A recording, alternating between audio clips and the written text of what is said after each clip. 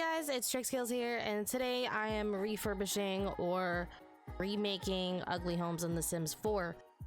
Today I have chosen Strangerville. Strangerville scares me, but the builds don't have to. Anyways, so what had inspired me to build or refurbish ugly homes in The Sims 4 was I was actually playing The Sims at one point, and I decided to play the Dream Home Decorator. And someone had told me, well, one of my clients in the game had told me that they disliked what I built, but all they did was give me what they disliked.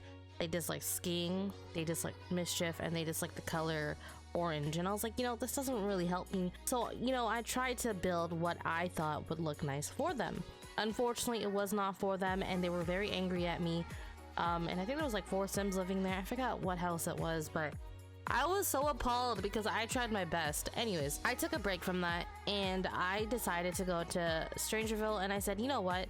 I'm just gonna put this upon these people who live here and refurbish these houses regardless if they like it or not. This is where we are now. This has 2 bedrooms. I kind of kept the same layout and just tried to make it a little bit more open, especially in the common areas, which would be the living room. I don't even know if we have a dining room. I think we have a dining room. I'm not too sure.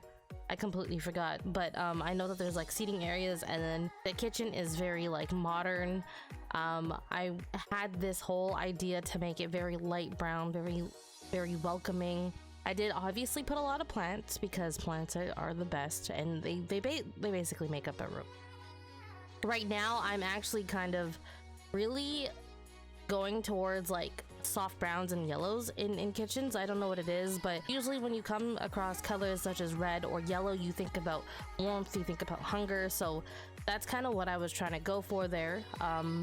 And I was trying to implement a lot more of these island tables. I think these are really cool, and I thought putting like a divider in between them was pretty interesting. I've never really done that before, but I thought in these builds I might as well just, I don't know, experiment. They're not like, the Sims are not gonna be like, oh my god, this house is terrible, what did you do, Trix? They're just gonna be like, oh my god, this is just my house. Like, this is how I moved in.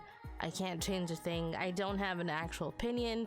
And I was like, that is exactly what I wanted. So basically, yeah, I think I'm gonna start a series where I kind of fix Strangerville houses or even community lots. I don't know where I want to go with this, but I want to do it within like the entirety of Sims 4. And then if I'm finally done doing all of them, I might even go to my older builds and be like, you look like you need to be fixed. I'm just trying to be like Bob Builder over here, trying to be helpful. So recently I have been on this craze of floorplans.com, and if anybody's interested in looking at those builds that I have built, they would be on the EA gallery at trixkills.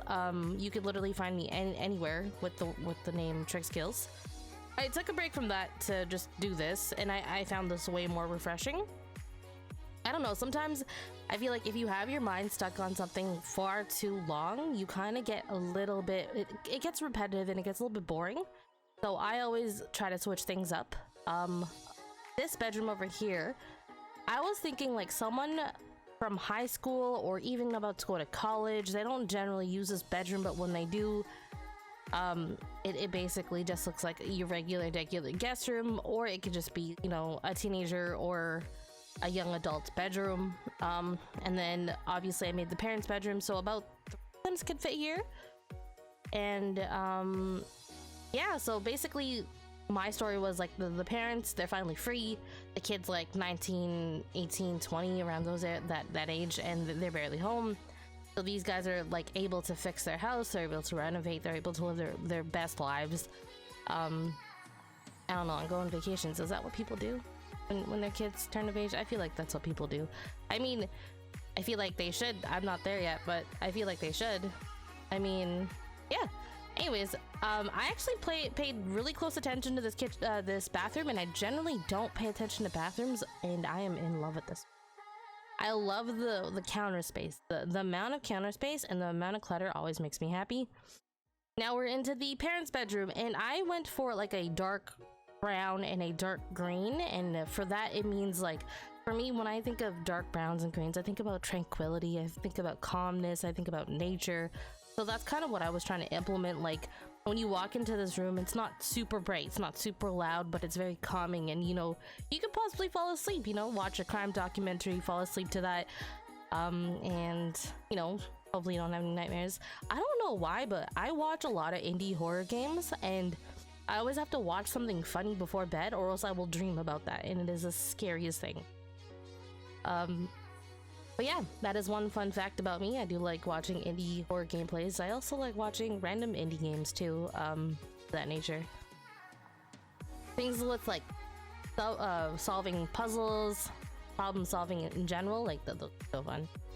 And then over here, it's just a random seating area. So whenever you have guests over and maybe you don't want them around your house and you just want them in this front area, this is the area to have like basic tea, conversations, small talk, you know, all that awkward stuff. And I put a tea kettle there just so it can look like a little bit lived in, like maybe they were just like, you know, they had guests over recently and they made a fresh cup of tea. I don't know if that's a thing, but I did it. And then an activity table right there for in case if they want to learn the logic skill, and basically that is it. I kind of cluttered the entire area with painting, and I'm basically done. The outside was pretty fun. So this lot is fairly small. I think it's like a 20 by 30 or something really tiny. So I didn't have a lot to work with, so I tried to make with what was best. I did end up changing the roof because it just didn't make sense to what I was doing there. And I think I just put a table there, and then the garbage can chute thing because it was in the front for some reason. I don't understand why they would put it in the I get it, like let's say if it's garbage day, put it in the front so the garbage people can pick it up, or put it in the backyard if you live near an alleyway. Sure, that makes sense, but to have it in the front just because it's supposed to be there does not really compete with me. Anyways, that is the build. I hope you enjoyed it. If you like this video, please like, comment, and subscribe, and I will see you guys in the next one. If this gets about 10 likes, I will refurbish another ugly home in Strangeville. I'll see you guys later. I'm also on twitch.tv/trixkills if you do find me there. I stream 4 times a week at 5 p.m. PST. Take care. Stay hydrated.